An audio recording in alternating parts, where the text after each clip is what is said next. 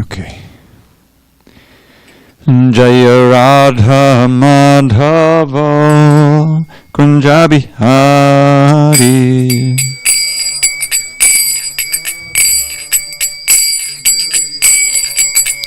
Jaya Radha Madhava Kunja Bihari.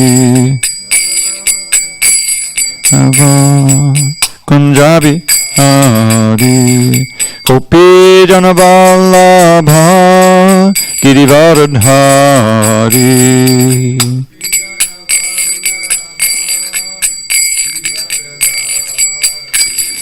Gopi Jana Vallabha Girivaradhari.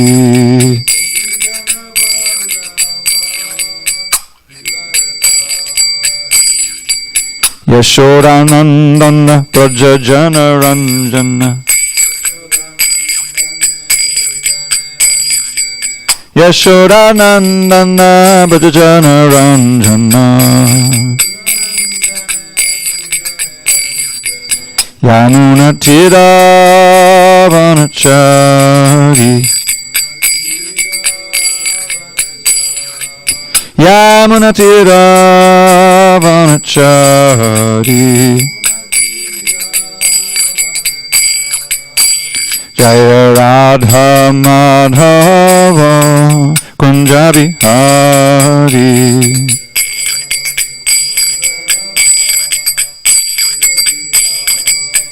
Jaya Radha Madhava Kunja Bihari.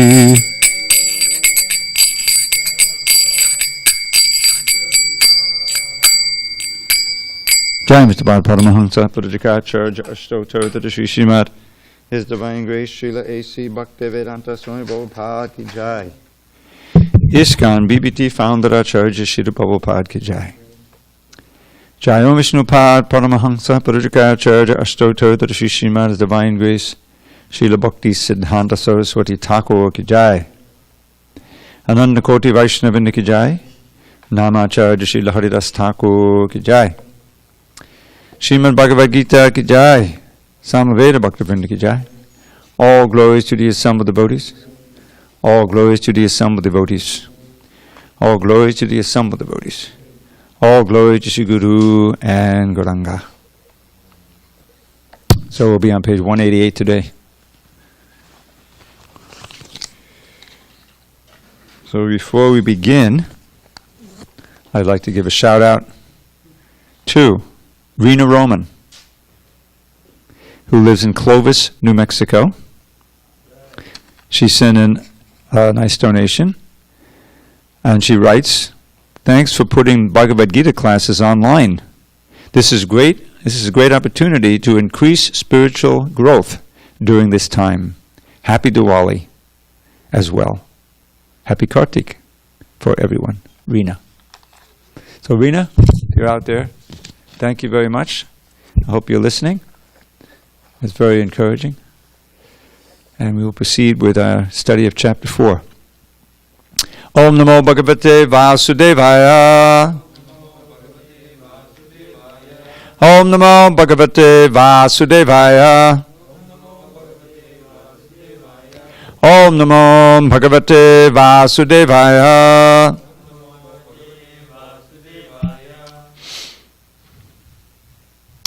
On this 24th day of November 2020 in SanDiego, we're reading from Srimad Bhagavad Gita as it is, translation and commentary by His Divine Grace A.C. Bhaktivedanta Swami Prabhupada. And we are in chapter 4 entitled Transcendental Knowledge, text number 6 on page 188. Ajopi san avyayatma Bhutanam Ishwaropi san Prakatim Swamadhishtaya Sambhavam Yatmamayaya Ajopi san avyayatma Bhutanam Ishwaropi san Prakatim Swamadhishtaya Sambhavam Yatmamayaya Ajopi san avyayatma Bhutanam Ishwaropi San Prakritim Swamadhishtaya Sambhavam Yatma Mayaya Ajopi San Avyayatma Bhutanam Ishwaropi San Prakritim Swamadhishtaya Sambhavam Yatma Mayaya. Go ahead, Glenn. Ajopi San Avyayatma Bhutanam Ishwaropi San Prakritim Swamadhishtaya Sambhavam Yatma Mayaya. Ajopi San Avyayatma Bhutanam Ishwaropi San Prakritim Swamadhishtaya Sambhavam Yatma Mayaya. Translation. Although I am unborn, and my transcendental body never deteriorates, and although I am the Lord of all living entities, by my internal energy I still appear in every millennium in my original transcendental form. Purport. The Lord has spoken about the peculiarity of his birth. Although he may appear like an ordinary person, he remembers everything of his many, many past births, whereas a common man cannot remember what he has done even a few hours before. If someone is asked what he did exactly at the same time one day earlier, it would be very difficult for a common man to answer immediately. He would surely have to dredge his memory to recall what he was doing exactly at the same time one day before. And yet men often dare claim to be God or Krishna. One should not be misled by such meaningless claims. Then again, the Lord explains his prakriti, or his form. Prakriti means nature as well as swarup, or one's own form. The Lord says that he appears in his own body. He does not change his body as the common living entity changes from one body to another. The conditioned soul may have one kind of body in the present birth, but he has a different body in the next birth. In the material world, the living entity has no fixed body but transmigrates from one body to another. The Lord, however, does not do so. Whenever he appears, he does so in the same original body by his internal potency. In other words, Krishna appears in this material world in his original eternal form, with two hands holding a flute. He appears exactly in his eternal body, uncontaminated by this material world. Although he appears in the same transcendental body and is Lord of the universe, it still appears that he takes his birth like an ordinary living entity. And although his body does not deteriorate like a material body, it still appears that Lord Krishna grows from childhood to boyhood, from boyhood to youth. But astonishingly enough, he never ages beyond youth. At the time of the Battle of Kurukshetra, he had many grandchildren at home. Or in other words, he had sufficiently aged by material calculations. Still, he looked just like a young man, 20 or 25 years old. We never see a picture of Krishna in old age because he never grows old like us, although he is the oldest person in the whole creation, past, present, and future. Neither his body nor his intelligence ever deteriorates or changes. Therefore, it is clear that in spite of his being in the material world, he is the same unborn, eternal form of bliss and knowledge, changeless in his transcendental body and intelligence. Factually, his appearance and disappearance are like the sun's rising, moving before us, and then disappearing from our eyesight. When the sun is out of sight, we think that the sun has set, and when the sun is before our eyes, we think that the sun is on the horizon. Actually, the sun is always in its fixed position, but owing to our defective, insufficient senses, we calculate the appearance and disappearance of the sun in the sky. And because Lord Krishna's appearance and disappearance are completely different from that of any ordinary common living entity, it is evident that he is eternal, blissful knowledge by his internal potency, and he is never contaminated by material nature. The Vedas also confirm that the supreme personality of Godhead, is unborn, yet he still appears to take his birth in multi-manifestations. The Vedic supplementary literatures also confirm that even though the Lord appears to be taking his birth, he is still without change of body.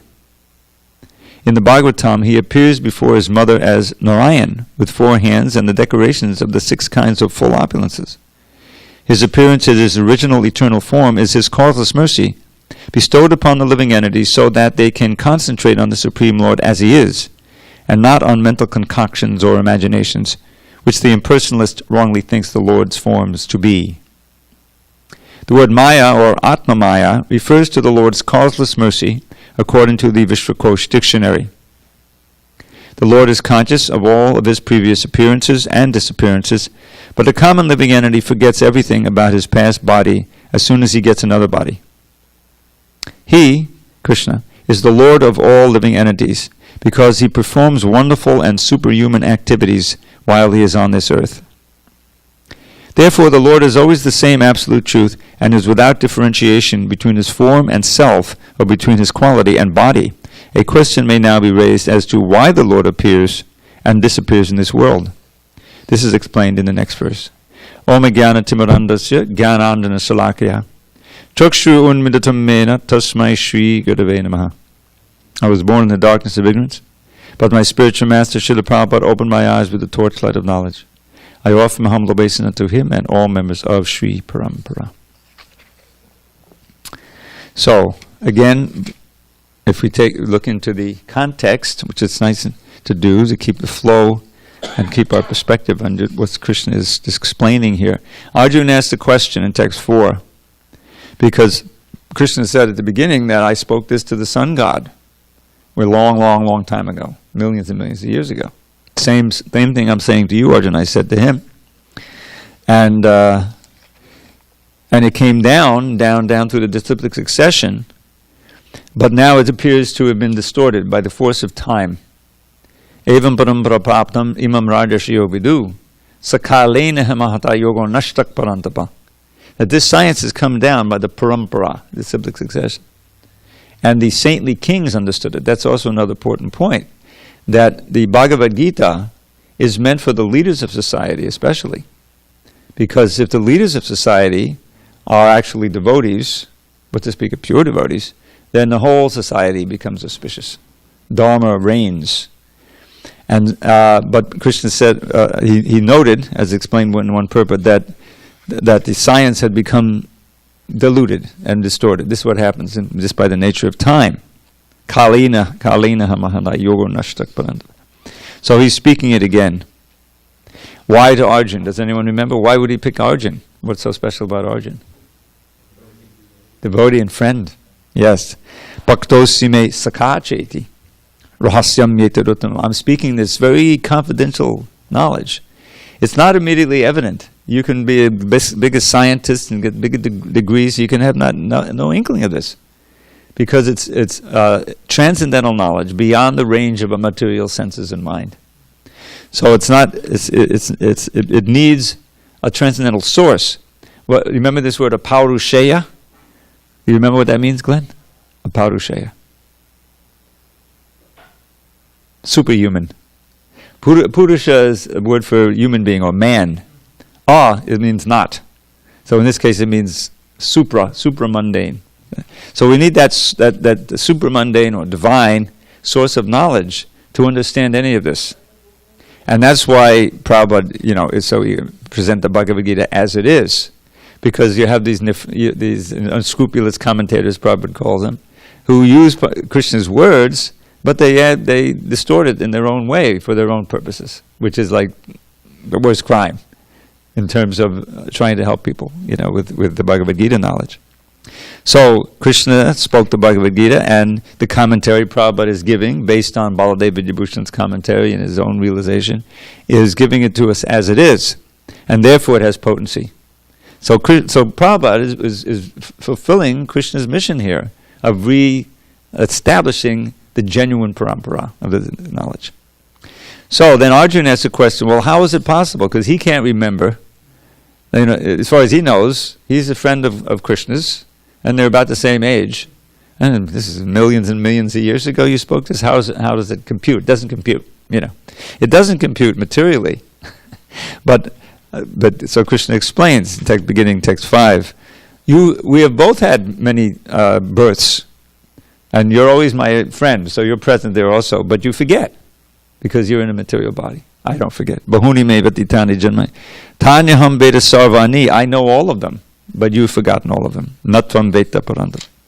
And then today's verse, so the word api is although my body does not deteriorate. Avyayatma. This word avyaya, I researched once. I think it's the word that appears most often in the Bhagavad Gita.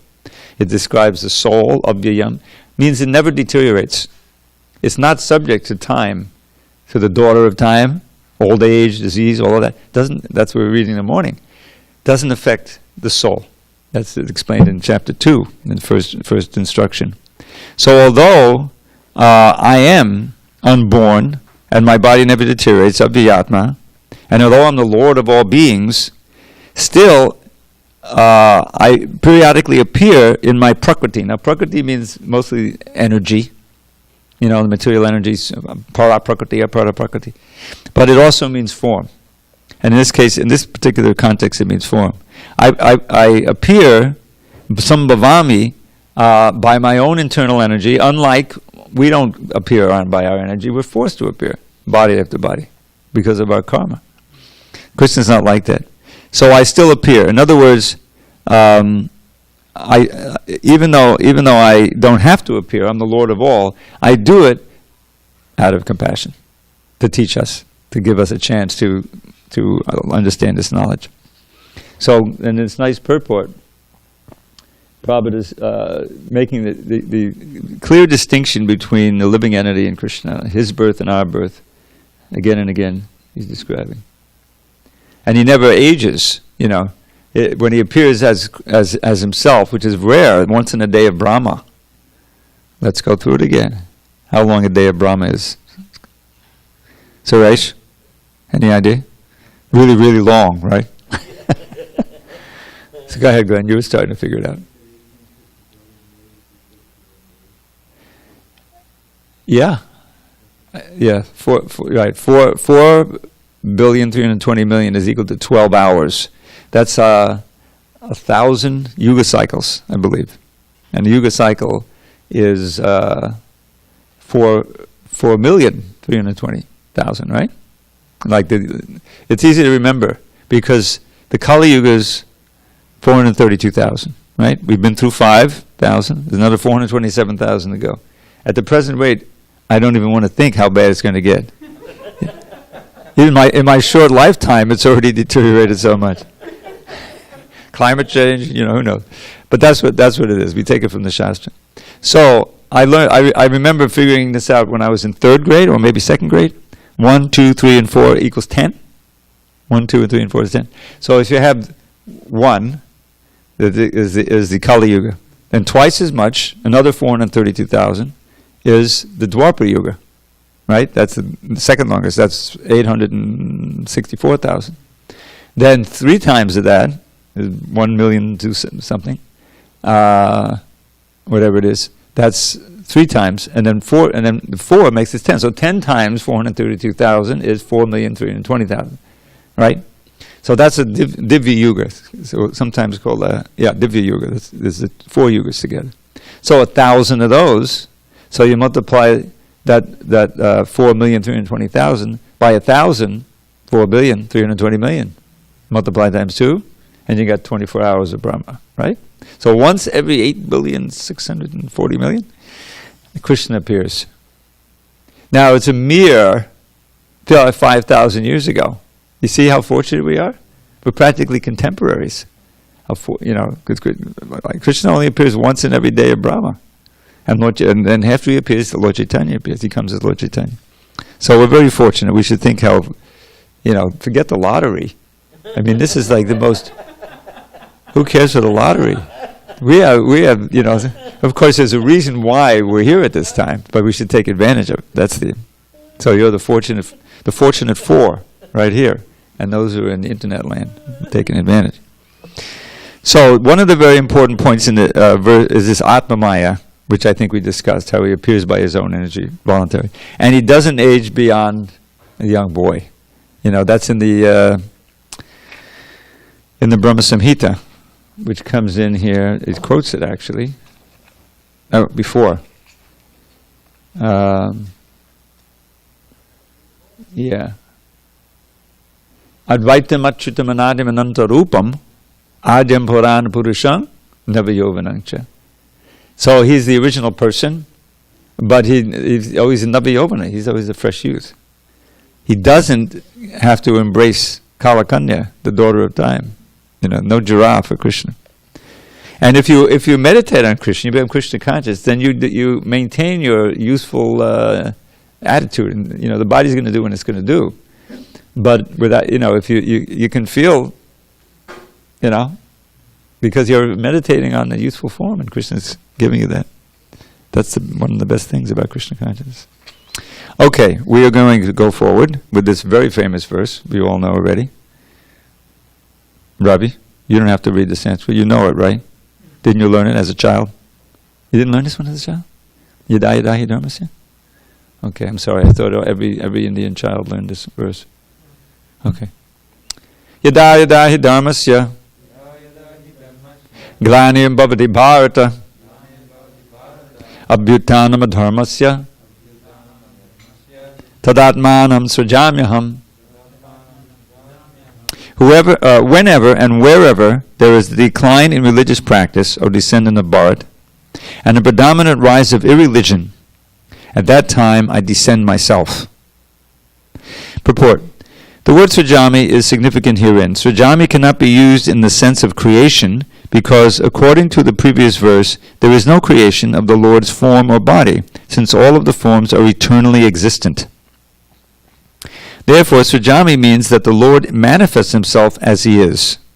Although the Lord appears on schedule, namely at the end of the Dwapara Yuga of the 28th millennium of the 7th Manu in one day of Brahma, he has no obligation to adhere to such rules and regulations because he's completely free to act in any way at his own will. This has been fixed, not many ways, anyway.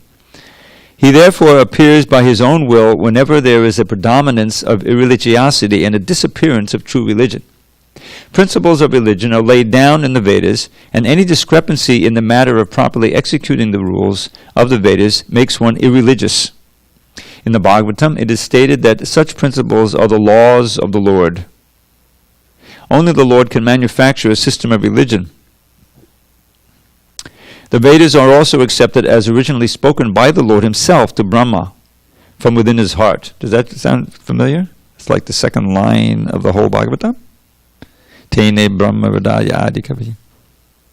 Therefore, the principles of Dharma or religion are the direct orders of the Supreme Personality of Godhead. Now, Dharmam tu Sakshat Bhagavat Panitam. This is spoken by Yamaraj to his dutas in explaining, when they're in the sixth canto with the Jamil pastor. These principles are clearly indicated throughout the Bhagavad Gita. The purpose of the Vedas is to establish such principles under the order of the Supreme Lord. And the Lord directly orders at the end of the Gita that the highest principle of religion is to surrender unto him only and nothing more. The Vedic principles push one towards complete surrender unto him. And whenever such principles are disturbed by the demoniac, the Lord appears from the From the Bhagavatam we understand that Lord Buddha is the incarnation of Krishna who appeared when materialism was rampant and materialists were using the pretext of the authority of the Vedas. Although there are certain restrictive rules and regulations regarding animal sacrifice for particular purposes in the Vedas, people of demonic tendency still took to animal sacrifice without reference to the Vedic principles. Lord Buddha appeared in order to stop this nonsense and to establish the Vedic principles of non-violence. Therefore, each and every avatar, or incarnation of the Lord, has a particular mission, and they are all described in the revealed scriptures. No one should be accepted as an avatar unless he is referred to by scriptures. It is not a fact that the Lord appears only on Indian soil. He can manifest himself anywhere and everywhere, and whenever he desires to appear. In each and every incarnation, he speaks as much about religion as can be understood by the particular people under their particular circumstances. But the mission is the same, to lead people to God consciousness and obedience to the principles of religion. Sometimes he descends personally, sometimes he sends his bona fide representative in the form of his son or servant, or himself in some disguised form. The principles of the Bhagavad Gita were spoken to Arjuna, and for that matter to other highly elevated persons, because they were highly advanced compared to ordinary persons in other parts of the world. This one has also been adjusted. 2 + 2 = 4 is a mathematical principle that is true in the beginner's arithmetic class and in the advanced class as well. Still, there are higher and lower mathematics. In all incarnations of the Lord, therefore, the same principles are taught, but they appear to be higher and lower in varied circumstances. The higher principles of religion begin with the acceptance of the 4 orders and 4 statuses of social life, as will be explained later. The whole purpose of the mission of incarnations is to arouse Krishna consciousness everywhere. Such consciousness is manifest and non-manifest only under different circumstances. Kali Kali, Nama Rupa Krishna Avatar. I believe that's in the Chaitanya Charitamrita. That, of course, Lord Chaitanya is the avatar for this age. He's known to be the Yuga avatar. Although he's hidden, he didn't, he revealed it to his internal devotees. But often when addressed as Vishnu, he would shut his ears and say, Vishnu, Vishnu, Vishnu. An ordinary human being should not be like that. But he was certainly Krishna himself. And the holy name that he brought, the Hare Krishna Maha Mantra, or any other bona fide name of God, is also a form of avatar. And by the influence of that avatar, by worshipping through chanting and hearing, purification of our existence, we'll experience the benefits that of Krishna being present with us. And that's the guiding principle of the practice of devotional service. The holy name is so merciful that it doesn't matter who you are. No restrictions. What is that? Nam namakari bahudan nijasarva shakti tatrapidan niyamitak smarane nakala. The second line there means that there's no niyamatak, there's no restriction as to time. And that's implication is time, place, person, circumstance. It's always appropriate to chant Hare Krishna. And as soon as we do, even if we're chanting impurely, and we certainly will be when we just begin, the benefits are incalculable. Even once chanting, Anghak sanghadadakilang sakadudihade vasakalalokasya tadanidibhatamana jaladin jayachitakan mangalang heriyanama. This was spoken by Haridas Thakur in a meeting with the Majumdars, Govardhan Majumdar and Hiranya Majumdar, the father and uncle, respectively, of Raghunath Das Goswami. Wonderful meeting they had. And here he's explaining how the holy name easily gives liberation. It's interesting the way this verse is put together. Amhak sangharad akilam. Amha is a word that means sinful reactions. Samharad means completely eradicate. And akilam means all. So he's saying that if you chant once, and the implication is offenselessly, it's like a jamil. He was chanting offenselessly because he wasn't performing any of the 10 offenses. He wasn't chanting purely because he wasn't even addressing Narayan himself. He was addressing his child, but that didn't matter. He uttered the sound, and he became sinless. Of course, it's understood that I think his child was named Narayan. He may have other children, also other names. So whenever he would call them, he was uttering the name of God. So even though he's committing all these sinful activities, he was still pretty pure in that last moment. So that's the power of the holy name. But you have to always distinguish. There's the power of the holy name to make one sinless and give liberation, and then there's the power of the holy name to give pure love of Godhead. And that requires more purity and more sincerity to chant with, purely. So that's really the fruit of the holy name is pure love of God. So this verse is so important. When does the Lord appear, and why does he appear? Well, he's speaking here in terms of dharma. This word comes up. It's a constant theme in the Bhagavad Gita. Even that final verse of his instructions, Sarva Dharma Parityaja, which is interesting because dharma is meant to move you toward an auspicious position. Generally, you know what I'm saying? Just like we say, Savai Pung Sang Paro Dharma Yato Bhakti Hokshaje. That is real dharma, supreme dharma, which engenders pure devotion to Krishna. Adhokshaja, the transcendent Lord. And that devotion to fully satisfy the self, because that was the question of the sages, what will really fully satisfy the self? Sense gratification won't, Nothing in this material world will, but this will. But it has to be ahoitaki and apratiyata. It has to be free of material motive. Hetu means cause or motive. So here it says free of motive.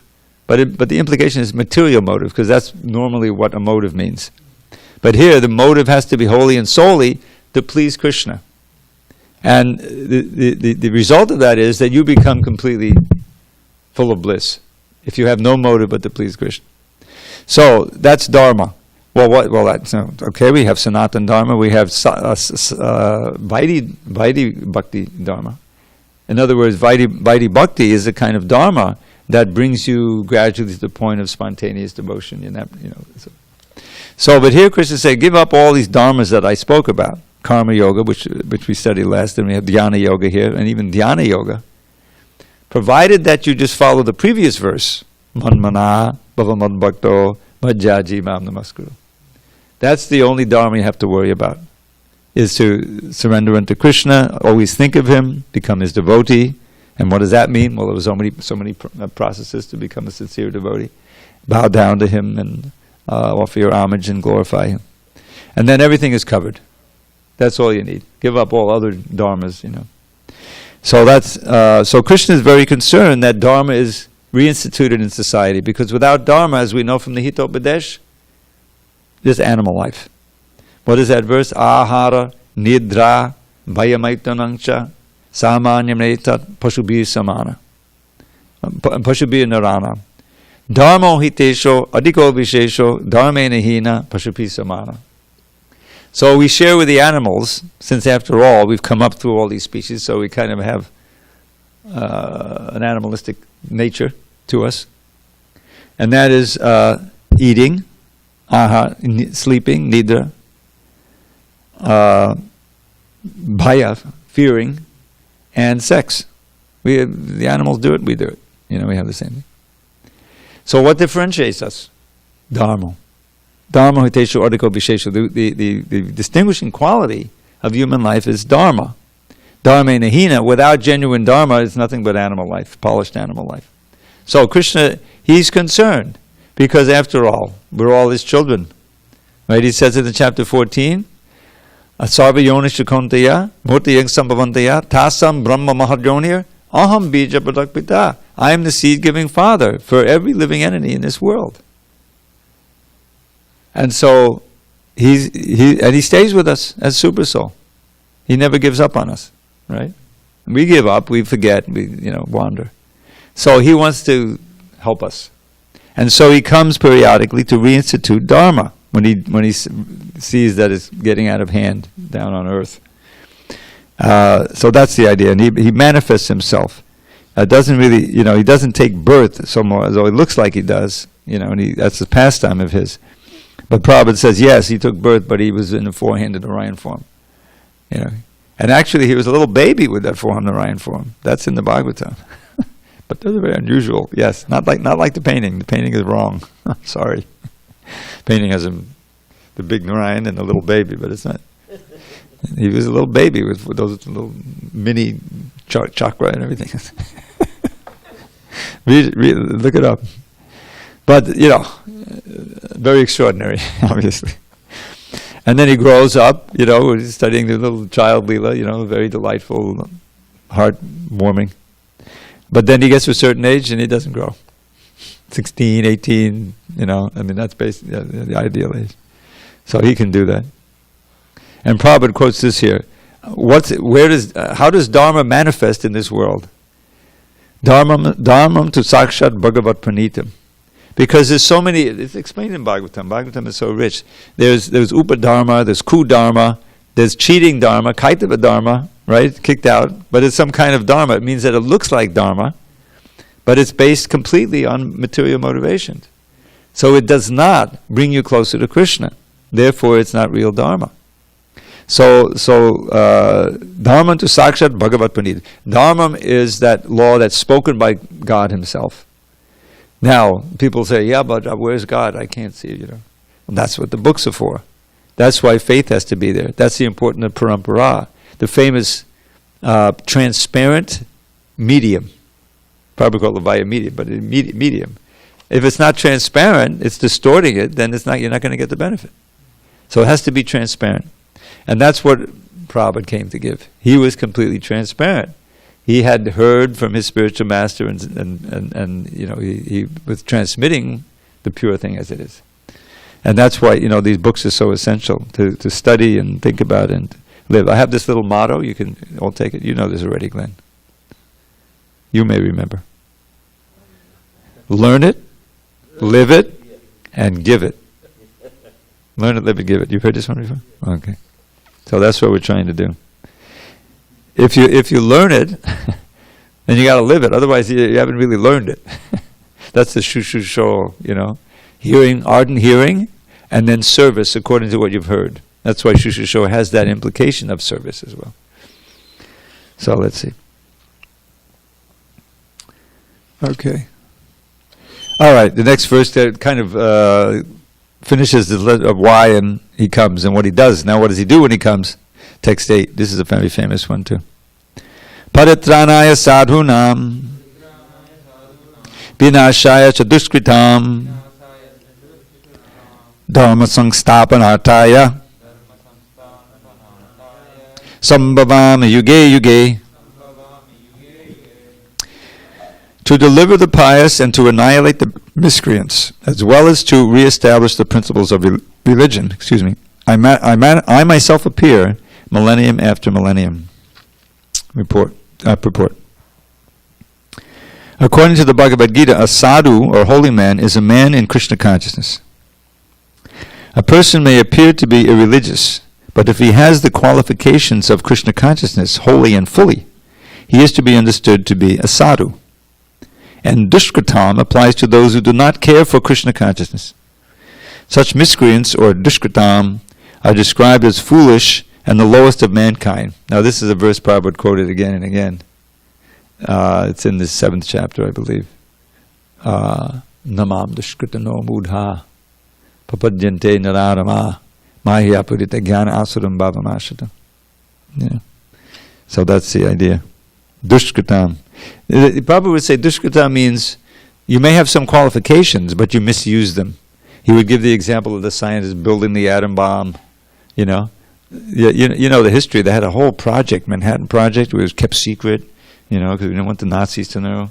And Oppenheimer was there. He was he was a aficionado.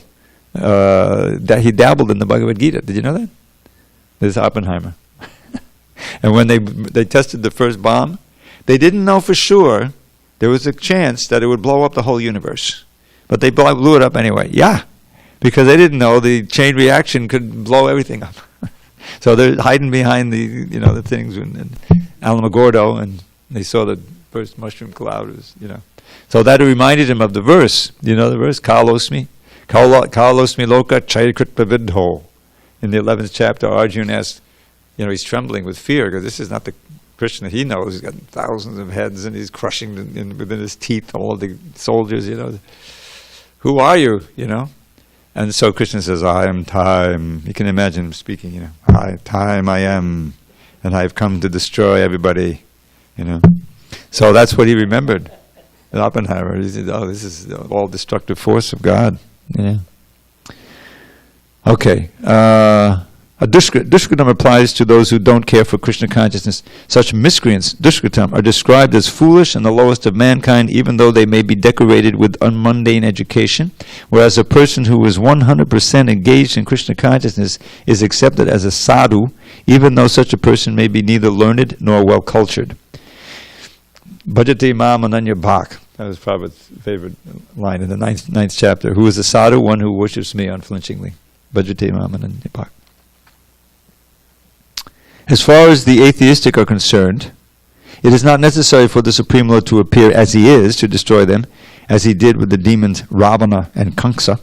The Lord has many agents who are quite competent to vanquish demons, but the Lord especially descends to appease his unalloyed devotees who are always harassed by the demoniac. The demon harasses the devotee even though the latter may happen to be his kin.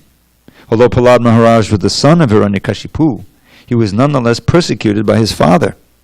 Although Devaki, the mother of Krishna, was the sister of Kamsa, she and her husband Vasudeva were persecuted only because Krishna was to be born of them. So Lord Krishna appeared primarily to deliver Devaki rather than kill Kamsa, but both were performed simultaneously. Therefore it is said here that to deliver the devotee and vanquish the demon miscreants, the Lord appears in different incarnations. In the Chaitanya Charitamrita of Krishnadas Kaviraj, the following verses, Madhya 20, 263 to 264, summarize these principles of incarnation. Srishti hetu je murti prapanche avatare se ishvara murti avatar namadhare maya tita parabhyome sabara avasthan vishve avatari dhare avataranam. The avatar incarnation of Godhead descends from the kingdom of God for material manifestation. And the particular form of the personality of Godhead who so descends is called an incarnation or avatar. Such incarnations are situated in the spiritual world, the kingdom of God. When they descend to the material creation, they assume the name avatar. Avatar means one who descends. That's what avatar means.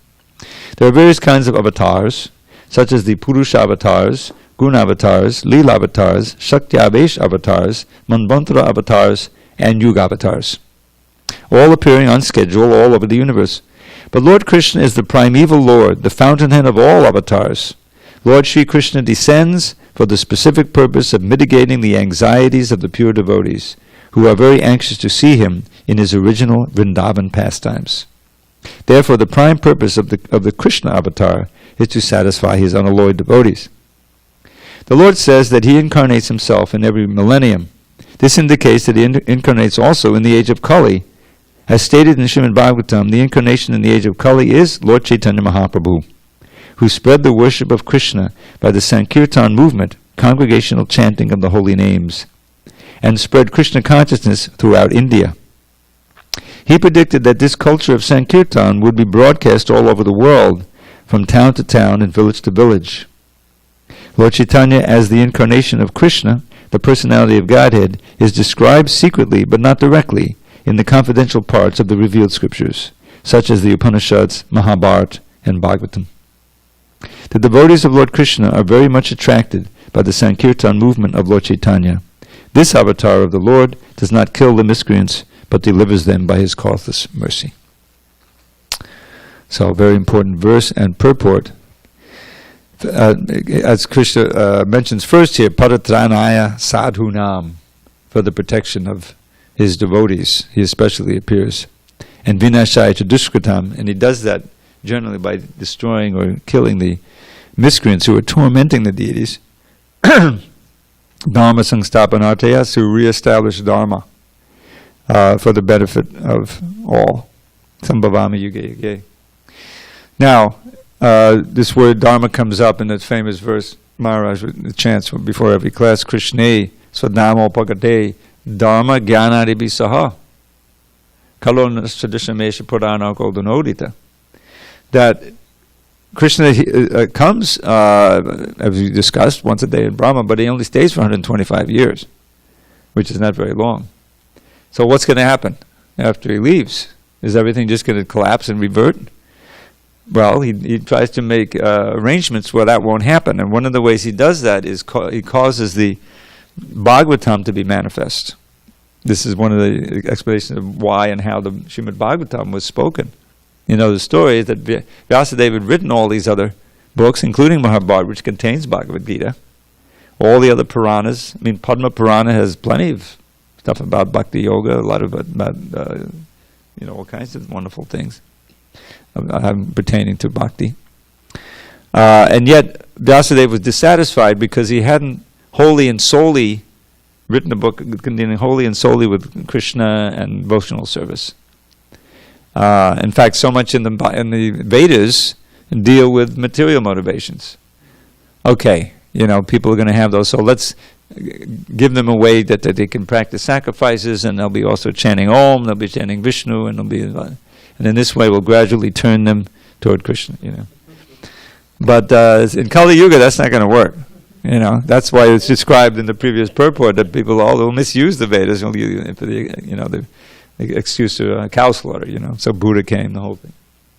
So the Krishna avatar, and especially the Lord Chaitanya avatar, it's the principle in the Bible. I have this phrase. You probably don't know it.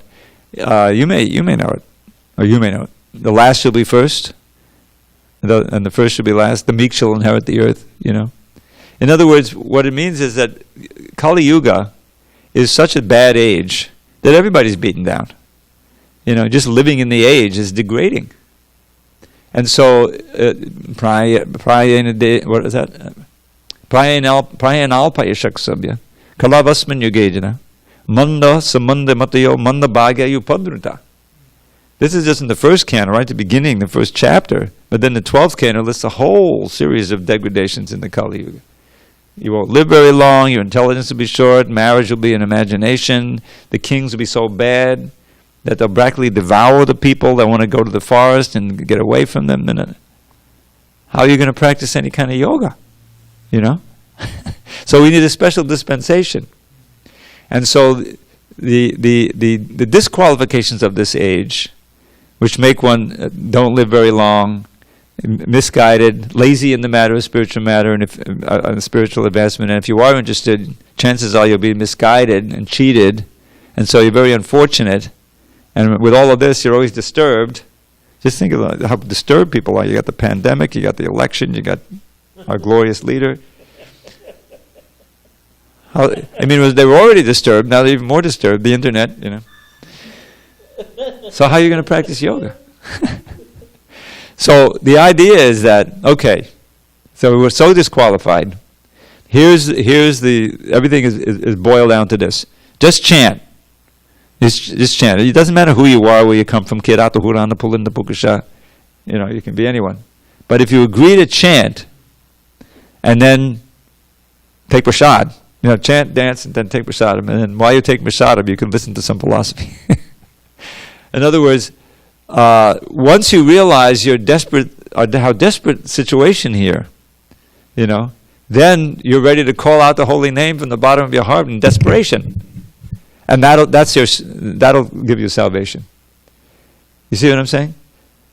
There's this verse by Queen Kunti where she says, Janmai Shuddha Shiva Edamana Badakpana Naibahatta Vidhatum by Twama Kinchana Goshra. That you are the property of the propertyless. Meaning that if you're too much involved in striving for, trying to hold on to, or being or attaining these four basic opulences, a good birth in an aristocracy, wealth, of course, fancy education, or bodily beauty, and if those are if you're progressively intoxicated with those, then there's no way you can chant out the name of Krishna sincerely. First of all, you probably won't be interested, and even if you do chant a little bit, those are like obstacles, because Krishna is the property of the propertyless. Those who kinchana go to them, those who don't claim anything here, who don't own anything here, then they can really chant sincerely.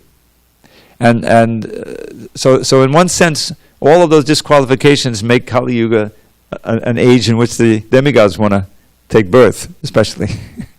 Kaling Subhaji and Yaya Gunagya Sadabhaginaha Yatra Sankirtanai Naiva Sarva Swarto Vilabhite. This is a verse in the 11th canto, right after the verse describing Lord Chaitanya as a Yuga avatar, where he says, Krishna Banam Trisha Krishna, you see.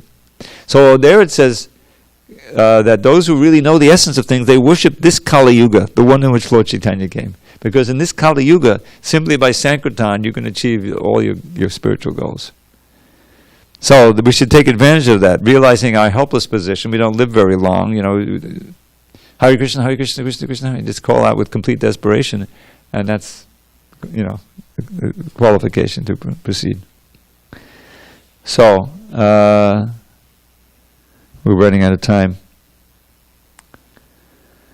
And Prabhupada, he mentions the avatar of Lord Chaitanya here at the Sankirtan movement.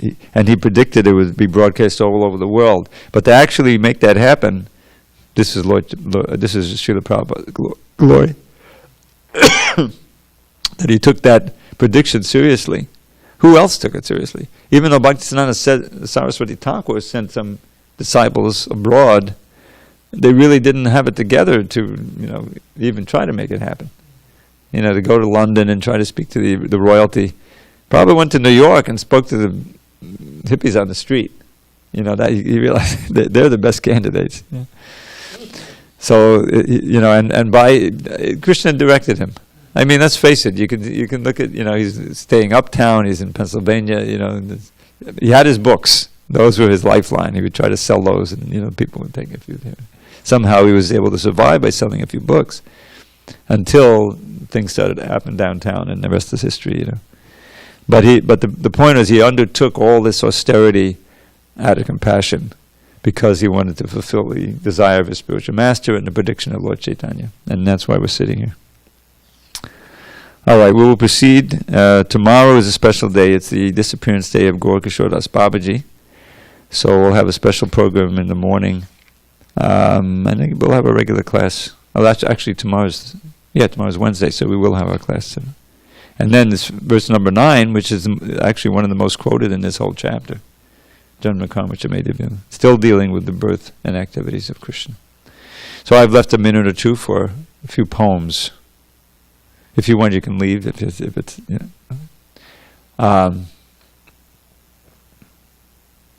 okay.